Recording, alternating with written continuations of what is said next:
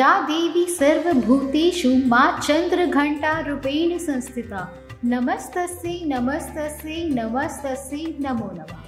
प्रणाम। आप सुन रहे हैं देव संस्कृति विश्वविद्यालय के पत्रकारिता एवं जनसंचार विभाग द्वारा संचालित रेडियो देववाणी। आप सभी को हमारी ओर से चैत्र नवरात्रि की हार्दिक शुभकामनाएं। कशिश, क्या तुम्हें पता है कि हमारे विशेष कार्यक्रम श्रद्धे की कक्षा से में आज क्या बताया गया?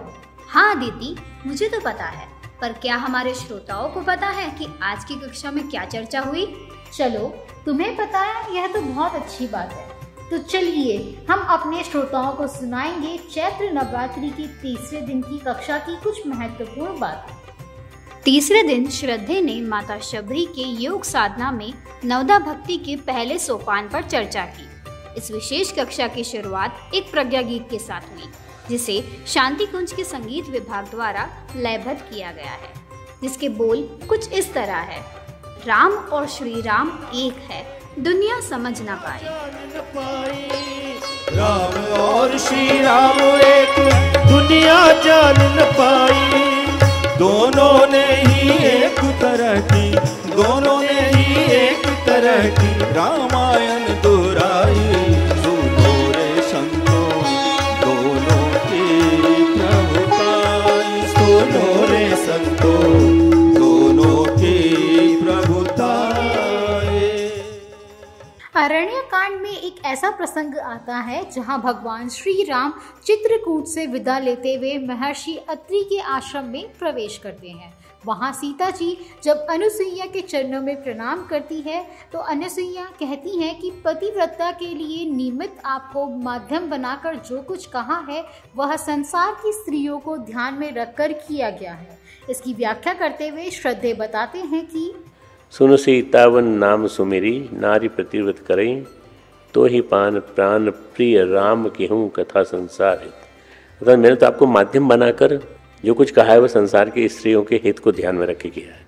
ये अनुसुईया बोल रहे हैं। ठीक इसी तरह भगवान श्री राम भी इसी ठीक पद्धति से शबरी जी को निमित्त बनाकर नवदा भक्ति का उन्होंने उपदेश देते हैं और उसका प्रारंभ करते हुए संतों के संग को यानी सत्संग को अपनी प्रथम भक्ति बताया। नवदा भक्ति के पहले सोपान के बारे में चर्चा करते हुए श्रद्धे ने बताया कि भगवान श्री राम की दृष्टि में संत और उनका संग अत्यंत सर्वोपरि है। नवदा भक्ति में एक बात विशेष रूप से आती है।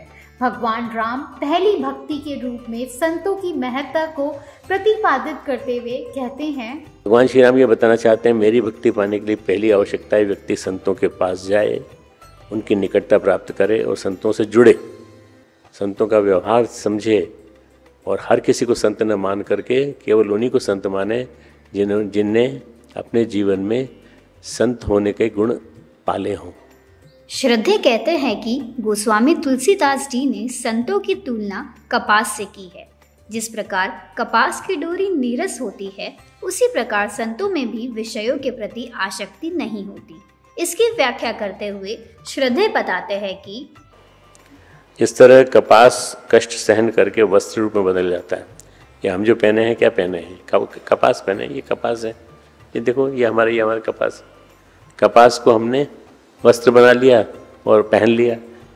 उसी प्रकार संत स्वयं दुख सहकर भी दूसरों के दोषों को ढकते हैं। अदिति, एक अच्छा संत किसे माना जाएगा? कशिश, संत शांति, वैराग्य, विनय और प्रसन्नता के घर होते हैं। ऐसे व्यक्ति जिनमें शीतलता, सरलता और सबके प्रति मित्र भाव जैसे लक्षण बसते हो, उसे अच्छा संत मानना चाहिए। भक्ति की महिमा समझाते हुए भगवान श्री राम कहते हैं कि भगवान श्री राम कहते हैं एक गुण एक गुप्त मत है, मैं उसे सबसे हाथ जोड़कर कहता हूँ कि शंकर जी के भजन के बिना मनुष्य मेरी भक्ति नहीं पाता। ये इतना बढ़िया सुंदर प्रकरण है कि भगवान राम शंकर जी की स्तुति करते हैं। वो संतों के बारे में बोलते हैं कि इनके माध्यम से अगर मिलोगे तो जरूर तुम्हें सद्बुद्धि मिलेगी। मन तो मेरा ये कर रहा है कि ये श्रृंखला कभी समाप्त ही ना हो और हम यूं ही ज्ञानवर्धक बातें श्रद्धे से सुनते रहे। अरे मन छोटा मत करो, क्योंकि अभी 6 दिन और शेष हैं, जिसमें आपको बहुत कुछ सुनने को मिलेगा और ऐसी ही ज्ञानवर्धक बातें अपने जीवन में उतारने को मिलेंगी। तो आज की इस श्रृंखला में बस इतना ही। आपसे जल्द मिलते हैं देववाणी के विशेष कार्यक्रम श्रद्धे की कक्षा से के अगले भाग में, जिसे आप सुन सकते हैं DSVV TV के YouTube चैनल पर। इस कार्यक्रम के लिए शोध और आलेख तैयार किया है खुशी जायसवाल ने, तकनीकी सहयोग किया है निशा वर्मा ने तथा आपके लिए इसे प्रस्तुत किया है अदिति और कशिश वडेरा ने। आज के कार्यक्रम में बस इतना ही। हमें दीजिए अनुमति। प्रणाम।